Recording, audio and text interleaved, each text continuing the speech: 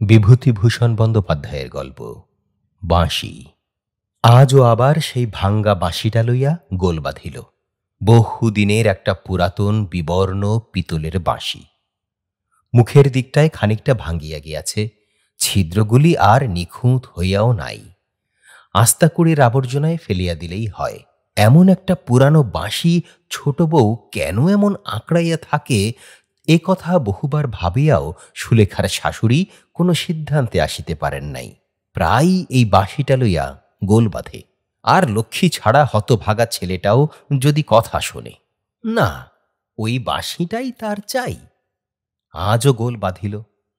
সুলেখা অনেক যত্নে টুলের উপরে দাঁড়াইয়া অনেক কষ্টে বাঁশিটাকে খুব উঁচুতে তুলিয়া লুকাইয়া রাখিয়াছিল। খোকা খুঁজিয়া খুঁজিয়া বাহির করিয়াছে এবং ঘরের মেঝেতে বসিয়া অবাধ্য কাঠের ঘোড়াকে তাহা দ্বারা সজোরে আঘাত করিতেছে। সুলেখা ঘরে ঢুকিয়া দাঁড়াইয়া রহিল। একবার ভাবিল কিছু বলিবে না, কিন্তু কেমন একটা তীব্র বেদনা তাহার সমস্ত মনের গহনে ম্লান হইয়া উঠিল। নিকটে এবং দূরে, সম্মুখে এবং পশ্চাতে কিসের এক কল্যাণময় সুর যেন শ্রান্ত গতিতে বাজিতে লাগিল। করুণ সুর, কিন্তু সজীব। সুলেখা খোকার নিকটে আগাইয়া গেল।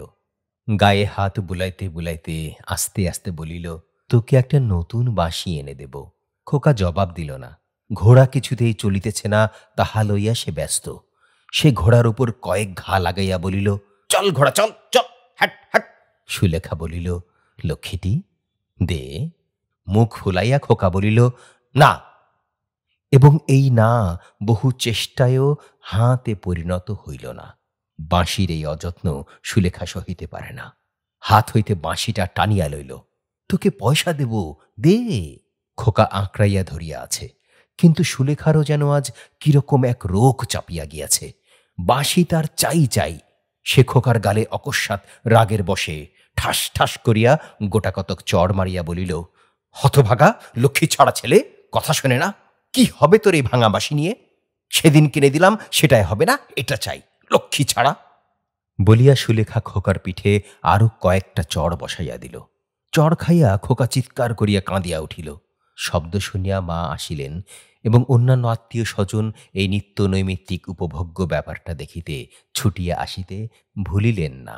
পিসি এ বাড়িতে বহুকাল ধরিয়া আছেন এবং বড় বউয়ের দিকে টানিয়া মন রক্ষা করিয়া চলিতেই অভ্যস্ত। পিসি বলিলেন, তোমার যে কবে জ্ঞানগম্যি কিছু হবে, তাই এতটা বয়স হলেও আমি বুঝলাম না ছোট বউ। সুলেখা কথা কহিল না, চোখ দিয়া জল পড়িতে লাগিল। বড় বউ আজ অত্যন্ত চটিয়া গিয়াছেন। ছোট বউ সুলেখাকে অত্যন্ত স্নেহ করিলেও এবং তাহাকে ছোট বোনের মতো দেখিলেও খোকার গালের দাগগুলি দেখিয়া মার হৃদয়ে সহসা কাঁদিয়া উঠিল। তিনি টান মারিয়া প্রাচীরের উপর দিয়া বাঁশিটা বাহিরে ফেলিয়া দিলেন। সুলেখা আপত্তি করিল না, একটা প্রতিবাদও তুলিল না। যেমন ভাবে দাঁড়াইয়া ছিল ঠিক তেমনই দাঁড়াইয়া রহিল, কিন্তু সমস্ত চোখে মুখে এক নিদারুণ বেদনা জাগিয়া উঠিল। বর্ষার দিনে সমস্ত আকাশ যেমন করিয়া মেঘ ভারাক্রান্ত হইয়া সজল নয়নে চুপ করিয়া থাকে, তেমনি গাঢ় বেদনায় সে একান্ত নিরুপায়ের মতো চুপ করিয়া রহিল। সন্ধ্যা হইয়া আসিয়াছে। সমস্ত আকাশ ভরিয়া কালো আবছা অন্ধকার নামিয়া আসিল। দূরের গাছটার পাশ দিয়া সূর্যদেব নামিয়া যাইতেছেন। সব কিছুর মধ্যে আজিকার মতো বিদায়ের ধ্বনি।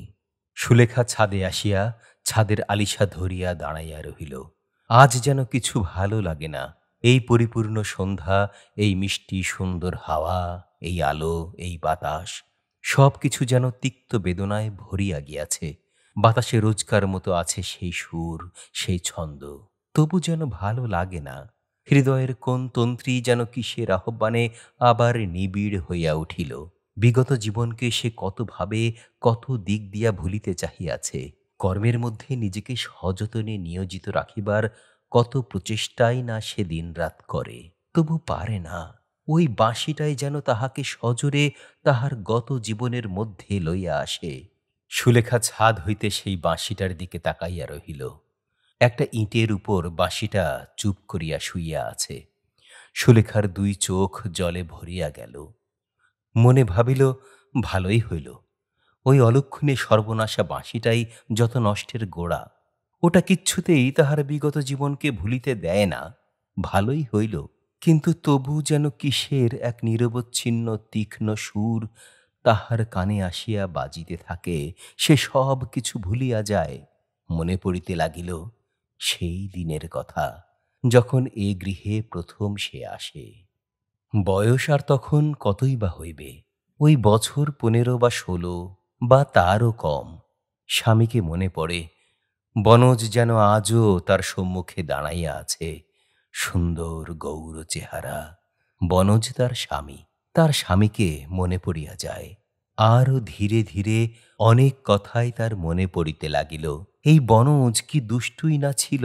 24 ঘণ্টা তাহার খোঁপা খুলিয়া দুষ্টুমি করিয়া এমনি হাজার রকমের কি বিরক্তিই না করিত। মাঝে মাঝে রাগ করিয়া সে বলিত, সুলেখার মনে পড়িতে লাগিল, তোমাকে একটি মুহূর্ত পাওয়া যায় না, কেমন মেয়ে তুমি! সুলেখা বলিত, দিন রাতই তো কাছে আছি, তবু পাও না? না, পাইনি তো, এই বুঝি দিন রাত! সুলেখা অবাক হইয়া তাকাইয়া থাকিত। এই বুঝি দিন রাত কাছে থাকা! বনজ বলিত, হিসেব করে দেখো তো, আজকে কতক্ষণ তুমি কাছে ছিলে? সেই ভোরে মিনিট খানেক, দুপুরে 3 সেকেন্ড, আর এই এসেই যাই যাই যাই। সুলেখা প্রতিবাদ করিত না, কারণ করিয়া লাভ নাই। বলিত, মা বসে আছেন সেই কখন থেকে, আর ওরা সবাই কি বা ভাববেন, যাই। এমনি কত টুকরো টুকরো কাহিনী মনে পড়িতে লাগিল। কিন্তু বনজের একটি প্রিয় জিনিস ছিল, বাঁশি বাজানো।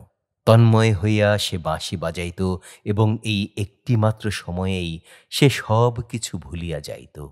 সংসার মুছিয়া যাইত দৃষ্টির সম্মুখ হইতে, সমস্ত কিছু সুরের ছন্দে নাচিয়া বেড়াইত। কি সুন্দর বাজাইতেই না সে জানিত। সুরের উপর সুর সৃষ্টি করিত এক অপরূপ রূপজগতের, যেখানে আর কাহারও স্থান ছিল না, সুলেখারও নয়। এ সময় সুলেখা আসিয়া কাছে দাঁড়াইলেও সেই দিকে তাহার বিন্দুমাত্র খেয়াল হইত না, হয়তো চোখ পড়িয়াও পড়িত না। এই সুরের রাজ্যে বনজ ছিল একান্তই একক। তাহার গণ্ডি পার হইয়া সুলেখাও কখনো সেই রাজ্যে প্রবেশ করিতে পারে নাই। এইখানেই ছিল তার দুঃখ। সে স্বামীর কাছে গিয়া দাঁড়াইত, বনজ একবারও ফিরিয়াও তাকাইত না। সুলেখার রাগ বাড়িয়া যাইত। সে হয়তো টান মারিয়া বাঁশিটি তাহার হাত হইতে ছাড়াইয়া লইত। 2-1 বার একটু আপত্তি তুলিয়া বনজ চুপ করিয়া থাকিত। সুলেখাকে সে এতই ভালোবাসিত যে অত্যন্ত রাগ হইলেও কখনো তাহাকে ব্যাখ্যা দিতে পারিত না। বলিত, সু, তুমি অমন করে কখনো বাঁশি কেড়ে নিও না আমার কাছ থেকে। সুলেখা জয়ের আনন্দে আত্মহারা হইয়া বলিত, বাঁশি তুমি আর কখনো বাজাতে পারবে না। ম্লানভাবে তাহার দিকে তাকাইয়া সে বলিত, কেন? সুলেখা রাগিয়া বলিত, কেন দিনরাত শুধু বাঁশি বাজাবে তুমি? আমি কতক্ষণ থেকে দাঁড়িয়ে রয়েছি। বনজ কোলের কাছে তাহাকে টানিয়া লইয়া যাইত, আদর করিয়া বলিত, এই কথা, বেশ তো, এসো, বলিয়া এমন দুষ্টুমিই করিতে আরম্ভ করিত যে বাধ্য হইয়া সুলেখা বলিত, তোমার কেবল দুষ্টুমি, ছাড়ো। বা, তোমার সাথেও দুষ্টুমি করতে পারবো না? না। বেশ। বনজ হাত পা ছড়াইয়া চুপ করিয়া নির্বিকার হইয়া বসিত। বেশ, না করলাম, বলিয়া বাঁশিটি হাতে তুলিয়া লইত। ধাঁ করিয়া সুলেখা আবার তাহা কাড়িয়া লইয়া বলিত, না, এখন থাক বাজানো। বেশ, না হয় দুষ্টুমিই করো, কিন্তু দেখো তো, এই সন্ধেবেলা শেষে কে কি বলে বসবে। বনজ আদর করিয়া তাহাকে কাছে টানিয়া লইয়া বলিত, কেউ কিছু বলবে না। এমনি কত কথাই তাহার মনে হইতে লাগিল। সেসব কথা এত ছোট, এত ক্ষুদ্র যে কোনোটিই মনে রাখার মতো নয়। তবুও প্রত্যেকটি কাহিনী, প্রত্যেকটি শব্দ, প্রত্যেকটি ছন্দ যেন কত চেনা, কত পরিচিত। ভুলিতে চেষ্টা করিয়াও যেন ভোলা যায় না। স্মৃতির কোন অতল দেশ হইতে আপনি উঠিয়া আসে। বসন্ত ঋতুতে যেমন করিয়া দক্ষিণের বাতাস সমস্ত কিছু ভরাইয়া দিয়া যায়, তেমনি করিয়া সেই সব গত কাহিনী মনের কোন গহ্বর হইতে উঠিয়া আসিয়া সুরে, ছন্দে, গানে এবং প্রাবল্যে, উত্তেজনায় আর আনন্দে তাহাকে মাতাইয়া দিয়া যায়, তাহাকে বিভোর করিয়া তোলে। সে আচ্ছন্ন হইয়া যায় সেই রূপের মোহে, সেই সুরের ধ্বনিতে, ছন্দের বিচিত্র বর্ণে এবং গন্ধে। ভুলিতে চাহিলেও ভোলা যায় না, এমন করিয়া কত কি সুলেখা ভাবিতেছিল। নিজ হইতে মা ডাকিলেন, বৌমা। বড় বউ ডাকিলেন, ও ছোট, কোথায় তুই? নিচে আয়। সুলেখা ডাক শুনিয়া নিচে আসিল। বড় বউ বলিলেন, তোমার জন্যই খোকাটা এত বাড় বেড়েছে, এখন বোঝো মজাটা। একদিন তুমি না খাইয়ে দিলে চলবে না। ভাত নিয়ে কতক্ষণ সাধাসাধি হলো, খাবে না। সুলেখা কোনো কথা বলিল না, খোকাকে খাওয়াইয়া দিতে লাগিল।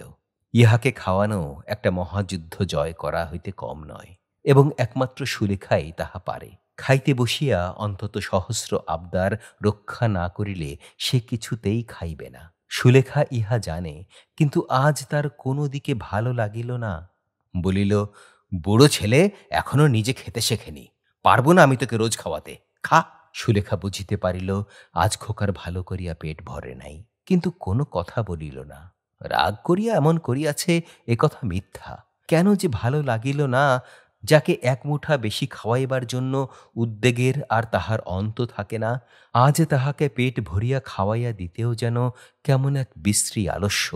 মনের সমস্ত কিছু ভরিয়া শুধু বনজ, শুধুমাত্র বনজ, আর কেউ নাই। এই পৃথিবী, এই বিরাট জগতের যা কিছু, সব আজ নিঃশেষে এই বিধবা তরুণীটির নিকট হইতে মুছিয়া গিয়াছে। কেবলমাত্র বনজ, আর সেখানকার অধীশ্বর কেউ আর কোথাও নাই। সব ফাঁকা, সব খালি। খোকার খাওয়া পর্ব শেষ হইলে সুলেখা সংসারের ছোটখাটো কাজ করিল। আজ কাজ করিতেও কেমন এক বিতৃষ্ণা। দেখিল মায়ের সন্ধ্যা আহ্নিকের ব্যবস্থা পর্যন্ত এখনো হয় নাই। খোকার এবং অন্যান্যের বিছানা খালি পড়িয়া আছে, চাদর পাতা হয় নাই। বউ ঠাকুরের আসিয়াই গামছা চাই, অথচ র্যাকে গামছাটা পর্যন্ত ঝোলানো নাই। এসব কাজ সুলেখাই করে, এবং করিতে না পারিলে দুঃখিত হয়। কিন্তু আজ কিছু ভালো লাগিল না। কেমন একটা অবসাদ সমস্ত মাথার ছিদ্র দিয়া যেন অন্য কাহারও কথায় মনে ঢুকিতে লাগিল। ছোট ননদ মিনু আসিয়া বলিল, বৌদি, আমার পড়াটা একটু দেখিয়ে দেবে, চলো না। চলো বলিয়া তাহাকে পড়াইতে বসিল। কিন্তু আজকে যেন কিছু ভালো লাগে না। পড়াইতে পড়াইতে আকস্মাৎ কখন মন পড়িয়া গেল। সন্ধ্যা হইলেই বনজ ওই বাঁশিটি লইয়া বাজাইতে বসিত। আস্তে আস্তে সুর তুলিত গানের। মিনু বলিল, তারপর কি হলো বৌদি? কি হবে বলে দাও না। বৌদি বলিল, বাঁশির ইংরেজি তাও জানো না? মিনু বলিল, বা, তা বুঝি জিজ্ঞেস করছি। বৌদির মন অবচেতনা হইতে ফিরিয়া আসিল। বলিল, আজ থাক বোন, আজ ভালো লাগছে না। ধীরা কইরে? কে, বড়দি? হ্যাঁ, সে তো আজ স্কুল হইতে আসেনি। কেন রে, ওদের আজ প্রাইজ নাকি? বললাম আমাকে নিয়ে যেতে, নিলে না। বৌদি চুপ করিয়া রহিল। মিনু বলিল, আজ ওরা হোস্টেলে থাকবে, কাল সকালে আসবে। আচ্ছা। ধীরা থাকিলে তাহার সহিত গল্প করিয়া কিছুটা সময় তবু কাটানো যাইত। আজ তাহারও উপায় রহিল না। অদৃষ্ট যখন খারাপ হয়, তখন এমনি করিয়াই হয়। রাত্রি এদিকে অনেক হইয়া গিয়াছে। আকাশে একখণ্ড চাঁদ, তাহারই শুভ্র আলোকে সকল কিছু রঙিন হইয়া উঠিয়াছে। সামনের বাড়ি ঘর, দূরের ওই প্রান্তর, সমস্ত কিছুর উপর চাঁদের মিষ্টি আলো, কোমল স্পর্শ। সকলে ঘুমাইয়া পড়িল। রাতও কম হইল না। সুলেখার চোখে ঘুম নাই। ঘুম যেন এ রাজ্য হইতে কত দূরে পলাইয়া গিয়াছে। ঘুম নাই। সুলেখা জানালার নিকটে দাঁড়াইল। কিসের যেন একটা মিষ্টি শব্দ কত দূর হইতে ভাসিয়া আসিতেছে। দূরের ওই পল্লবিত বনানীর শ্রেণী পার হইয়া, ছোট ঝরনাধারাগুলিকে পাশে রাখিয়া কোথা হইতে যেন একটা বাঁশির শব্দ ভাসিয়া আসিতে লাগিল। জানালা ধরিয়া সুলেখা চুপ করিয়া রহিল। আকাশে শ্বেত শুভ্র অপরূপ জোছনা রূপার মতো ঝকঝক করিয়া বিছাইয়া গিয়াছে। জানালা দিয়া গলাইয়া আসিয়াছে খানিকটা তাহার ঘরের মধ্যে। এমনি কত রজনীতে কত দিন তাহারা দুজনে বসিয়া গল্প করিয়াছে, বাঁশি লইয়া ঝগড়া হইয়াছে। এমনি করিয়া কত বসন্ত, কত বর্ষা, কত গ্রীষ্ম তাহাদের নিকট দিয়া হাসিয়া খেলিয়া বেড়াইয়া গিয়াছে। খুশি করিয়া হাসি দিয়া কত ভাবে, কিন্তু তার পরের কথা ভাবিতেও সুলেখার ভয় হয়। তখন বৈশাখ মাস। এমনই একটা সময়ে বনজের সর্দি হঠাৎ বসিয়া যায়। তা লইয়া জমে মানুষে টানাটানি, কিন্তু টানাটানিতে এক পক্ষই জিতিতে পারে। জয় হইল বিধাতার। অসুখের সময় বনজ বাঁশি বাজাইতে চাহিত, ডাক্তারদের বারণে হইয়া উঠিত না। মৃত্যুর কয়েকদিন পূর্বে বনজ সুলেখাকে কাছে টানিয়া নেয়, বলে, আমার তো সময় হইয়া আসিল, বিদায় দাও সু। চোখের অশ্রু মুছিয়া সুলেখা কি বলিতে চাহিয়াছিল, পারে নাই। মৃত্যুর মতো হাসি হাসিয়া বনজ বলিয়াছিল, যদি কিছু হয় এই বাঁশিটি তুমি রেখে দিও, ওর চেয়ে প্রিয় আমার কিছু নেই। কাঁদিতে কাঁদিতে সুলেখা বলিয়াছিল, অমন কথা বলবে না তো, আমি এক্ষুনি চলে যাব, আমি পারবো না রাখতে তোমার বাঁশি। বনজ আর কিছু বলে নাই, শুধু বলিয়াছিল, ওকে রেখে দিও। তারপর কোথা দিয়া কি হইয়া গিয়াছে আজ তাহা ভাবিতেও ভয় হয়। সুলেখা সে কথা ভাবিতেও শিহরিয়া ওঠে।